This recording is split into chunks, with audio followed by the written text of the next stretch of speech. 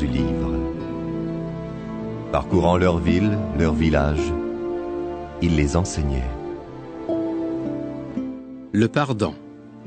Une série de 8 émissions d'enseignement animées par le regretté père Jean Montbourquette, oblat de Marie Immaculée, psychologue.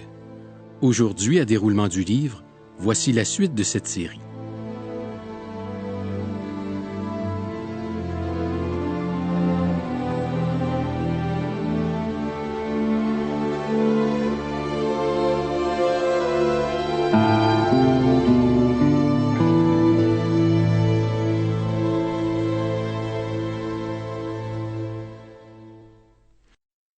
Nous en sommes rendus à notre 4e rencontre sur la dynamique du pardon chrétien.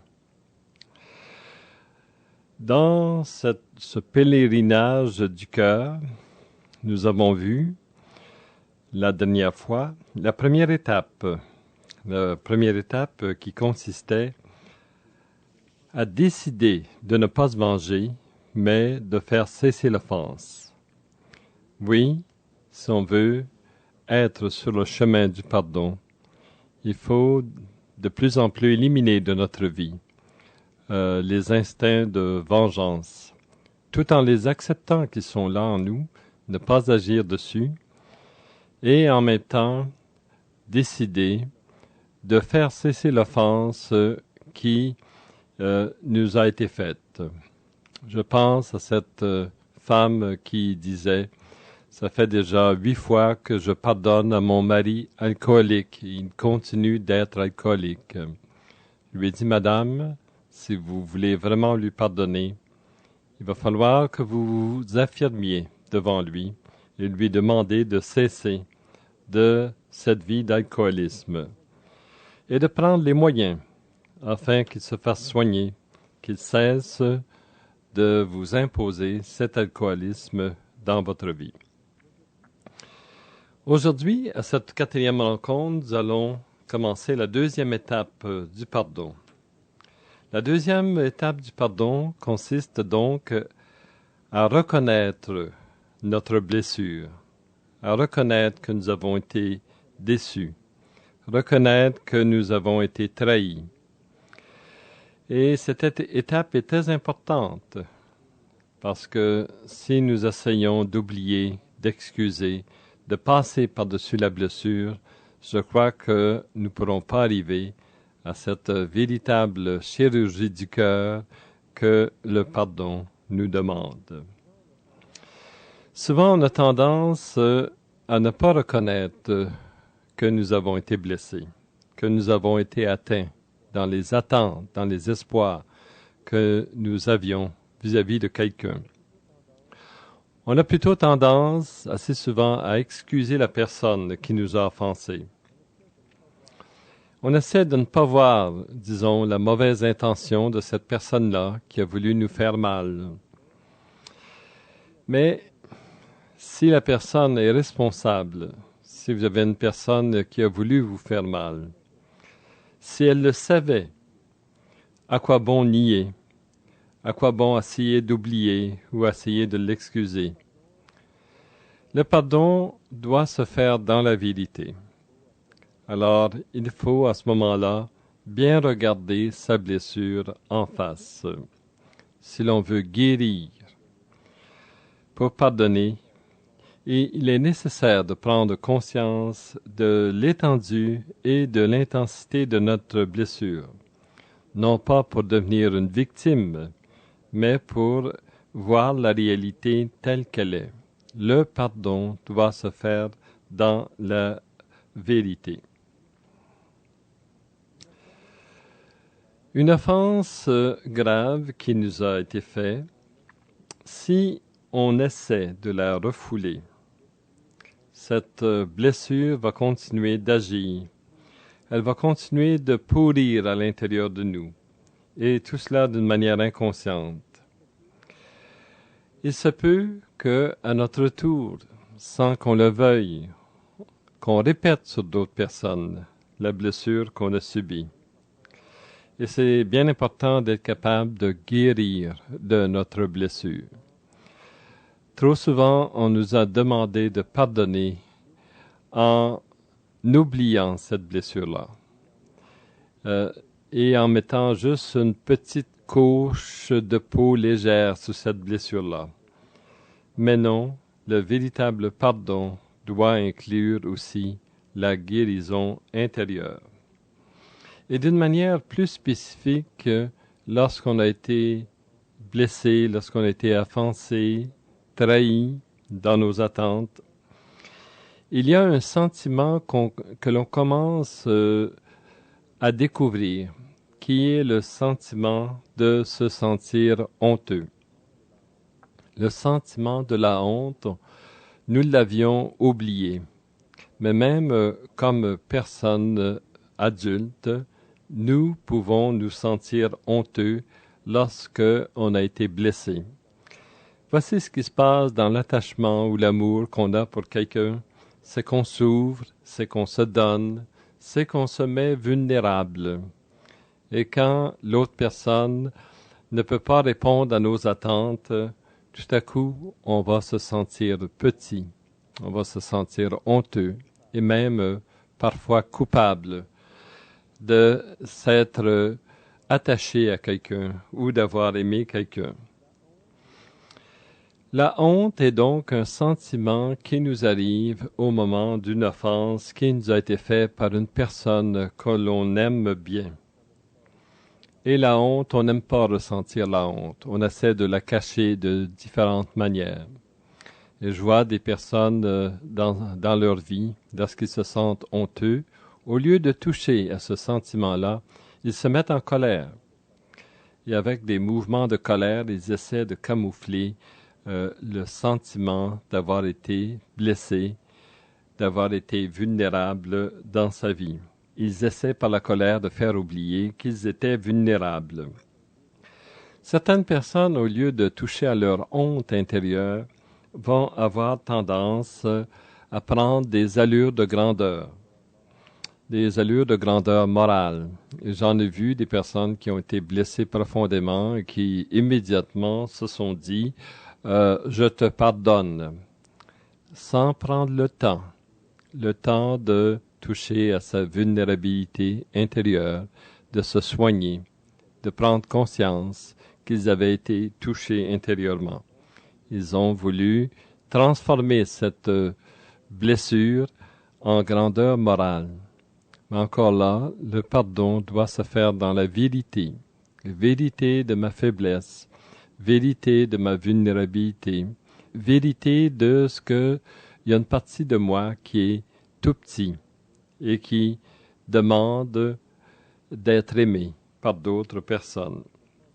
J'ai vu d'autres personnes ne pas regarder leurs blessures, éviter le sentiment de culpabilité, de honte et de devenir perfectionniste, de vouloir faire toutes les choses parfaitement dans leur vie. J'ai vu ça des enfants de parents alcooliques qui ont voulu faire oublier l'alcoolisme de leurs parents et qui sont devenus des personnes parfaites, des personnes rigides. Ils voulaient que tout aille bien. Ils ne voulaient pas montrer aucune faiblesse, aucune vulnérabilité dans leur vie. Et ils devenaient des personnes qui ne voulaient pas laisser découvrir aucune vulnérabilité, aucune faiblesse chez eux. Et ça fait des personnages rigides, des personnages avec lesquels qui ont tendance à accuser ou à blâmer les autres, des personnages avec lesquels il est difficile de vivre. C'est donc important dans cette démarche de pardon de vivre sa blessure en toute vérité. Et je dois dire que ce n'est pas facile. Ce n'est pas facile. C'est pour ça aujourd'hui, si jamais vous avez eu une blessure, si vous avez eu une personne qui vous a trahi, si vous avez eu une personne qui vous a offensé, il serait important que vous preniez quelque temps pour dire qu'est-ce qui se passe en moi, comment j'ai été atteint, comment j'ai été touché par la blessure. Et prendre le temps. Des fois, des fois, il est difficile de laisser monter cette blessure à la surface. On a plutôt tendance de nier, de continuer à vivre. Et c'est important de s'arrêter peu à peu et de prendre conscience de ce qui se passe à l'intérieur de vous. Dans mon livre, à la page 104, j'ai un exercice qui pourrait vous permettre de vivre cette blessure sans vous laisser abattre intérieurement. C'est important de vivre cette vulnérabilité, cette blessure, mais non pas s'identifier à elle. Parce qu'en même temps que vous la vivez, vous êtes plus que votre blessure. Vous êtes plus que l'offense qui vous a été faite. Vous êtes plus que ce petit moi qui a été blessé à l'intérieur de vous. Nous n'avons pas le temps de vivre cet exercice-là, mais j'aimerais vous le signaler en passant. Ce que j'ai vu arriver chez les personnes qui avaient de la difficulté à pardonner, c'était que une offense actuelle réveille une vieille blessure de l'enfance. Et j'avais cette personne qui était venue me voir et qui me disait « Jean, j'ai lu ton livre, j'ai entendu tes conférences, mais je ne peux pas pardonner à mon beau-père que j'avais invité pour le souper de Noël. Parce que mon beau-père, au lieu de rester seulement pour le souper de Noël, s'est invité pour 5 jours chez moi. J'étais extrêmement fâché. Mais je me demandais, pourquoi suis-je aussi fâché contre mon beau-père? C'est comme si ma réaction intérieure était disproportionnée au geste ou au comportement de mon beau-père. Et elle essayait de différentes manières de pardonner à son beau-père, mais il y avait toujours une rancœur qui montait. Alors je lui ai demandé, est-ce que tu as déjà vécu cette rancœur dans ta vie auparavant? Dis-moi exactement, qu'est-ce que ton beau-père a pu te faire? Elle a pris quelques moments de réflexion et elle m'a dit, j'ai l'impression que mon beau-père ne m'écoute pas, ne m'entend pas, et que je me sens comme inutile devant lui. Je sens que ma parole n'a pas de portée devant lui. Et je lui ai demandé de retourner dans son passé, si elle avait déjà vécu une telle expérience de se sentir inutile dans ses paroles. Et voici qu'elle recule dans son passé, et tout à coup, elle se met à pleurer. Et elle me raconte l'expérience qu'elle vit.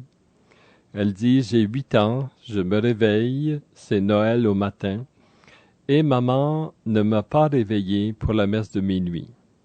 Voici que depuis 1 année, je lui demandais d'aller à la messe de minuit et elle me l'avait promis. Et voici que je me réveille Noël au matin et maman ne m'a pas réveillé pour aller à la messe de minuit. Alors je lui crie, maman, pourquoi tu m'as pas réveillé? Et elle me dit, t'es trop petite pour aller à la messe de minuit et de toute manière, je voulais te laisser dormir. Et cette personne-là s'est mise à pleurer et nous avons pardonné un moment de cette déception. Puis, je lui ai demandé, et ton beau-père maintenant? Elle a dit, c'est curieux, mais je n'en veux plus à mon beau-père. Ce qui était arrivé, c'est que le comportement du beau-père avait réveillé en elle une vieille blessure de l'enfance.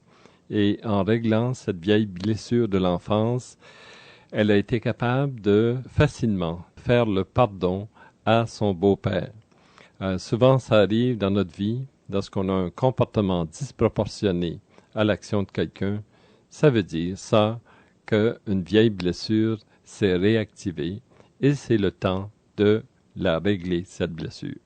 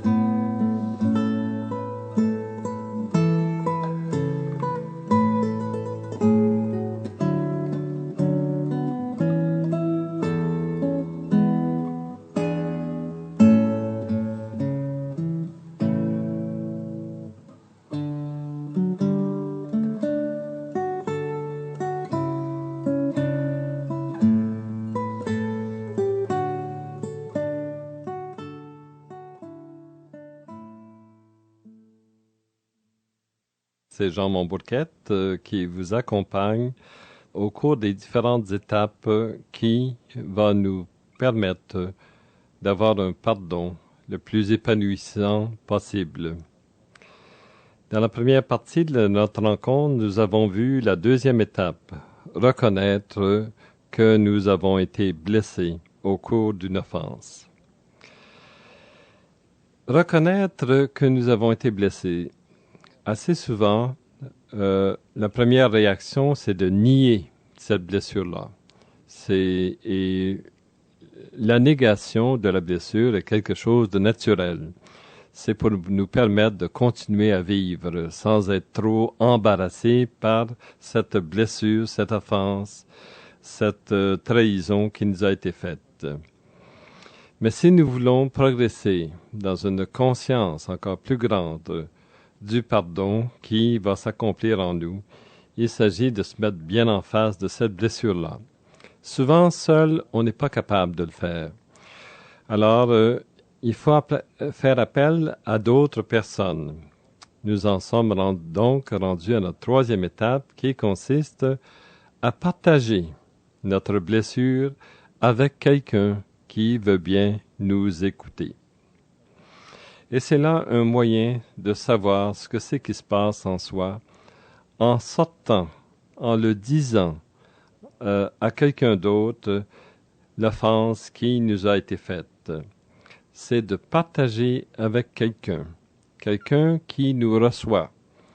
Pas quelqu'un qui nous juge, là, pas quelqu'un qui veut nous accabler de ses conseils, mais quelqu'un qui veut simplement nous écouter, nous recevoir dans cette souffrance que nous vivons.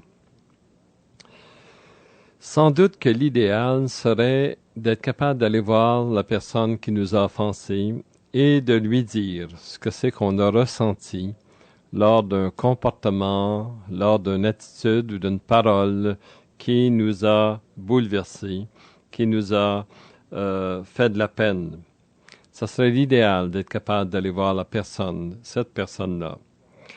Si cette personne-là est disposée à nous écouter, et c'est ça que j'essaie de faire dans ma vie, d'abord, d'aller parler aux personnes qui m'ont offensé et de leur dire quelque chose comme « Je sais pas si tu as voulu m'offenser en disant telle parole ou en faisant telle chose, mais moi, je me suis senti humilié, déçu, bouleversé par ton comportement. » Si la personne, comme on dit dans notre langage, est parlable, si la personne reconnaît qu'elle a posé ce geste, à ce moment-là, il y a quelque chose d'assez merveilleux qui se passe.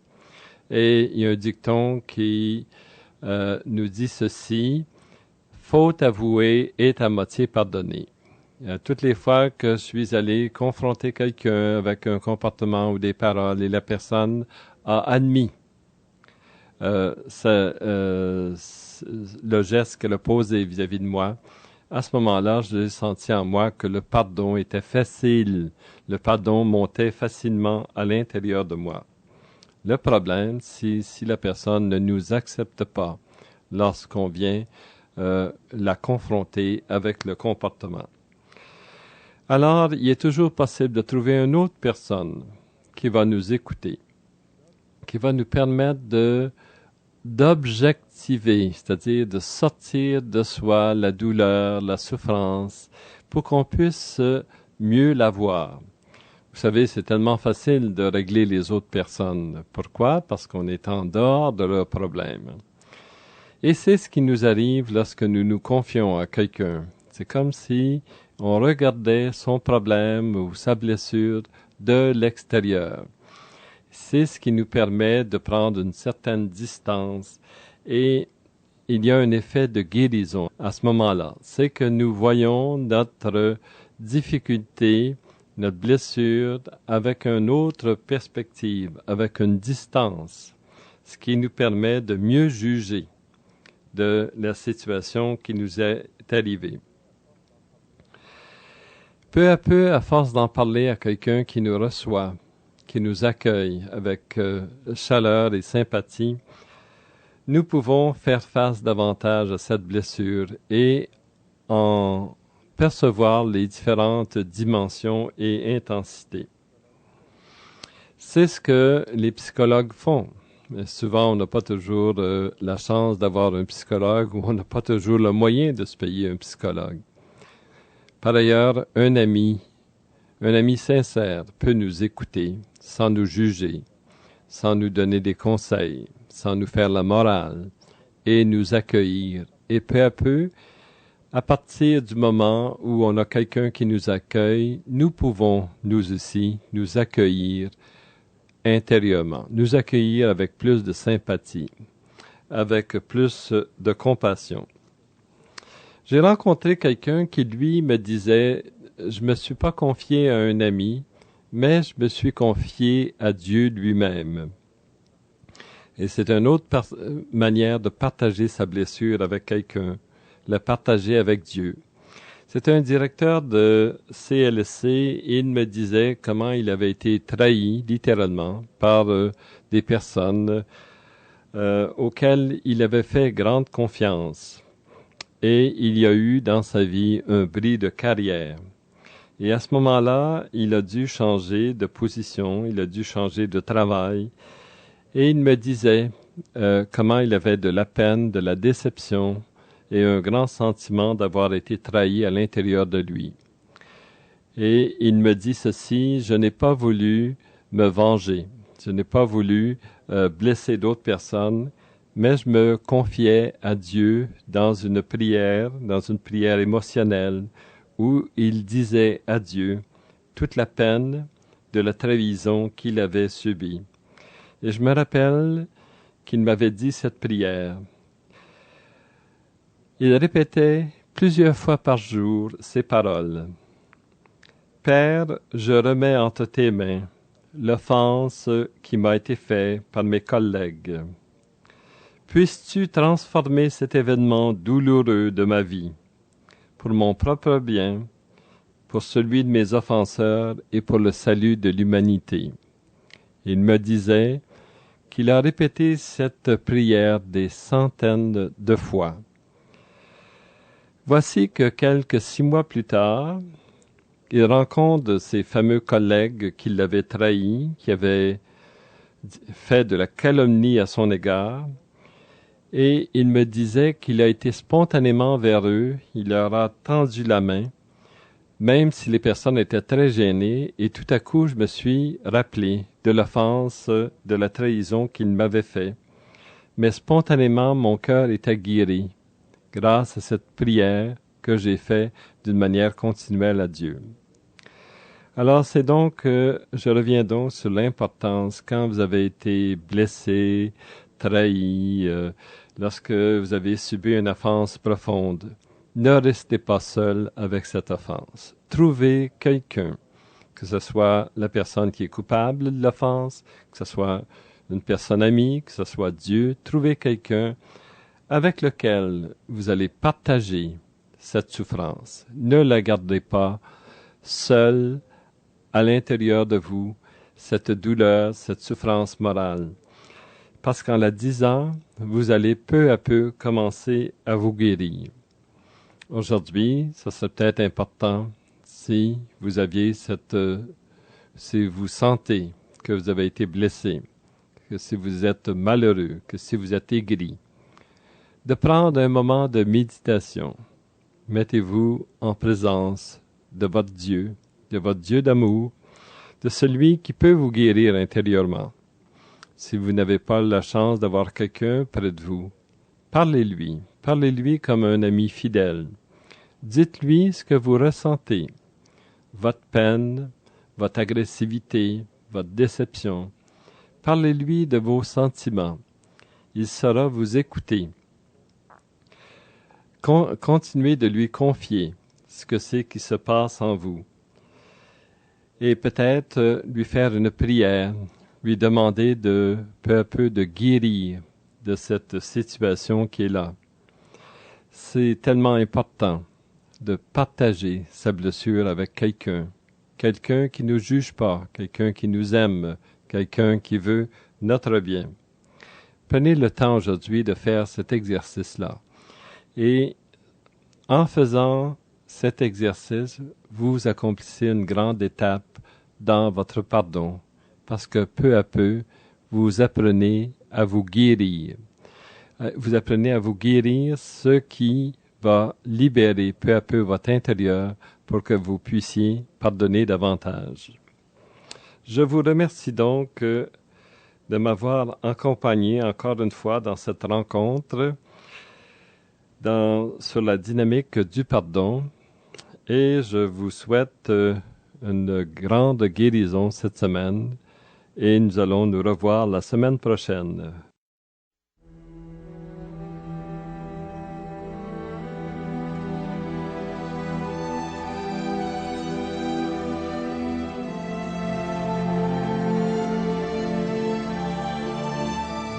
À déroulement du livre, vous venez d'entendre un enseignement du regretté Père Jean Montbourquette, Oblat de Marie Immaculée, psychologue.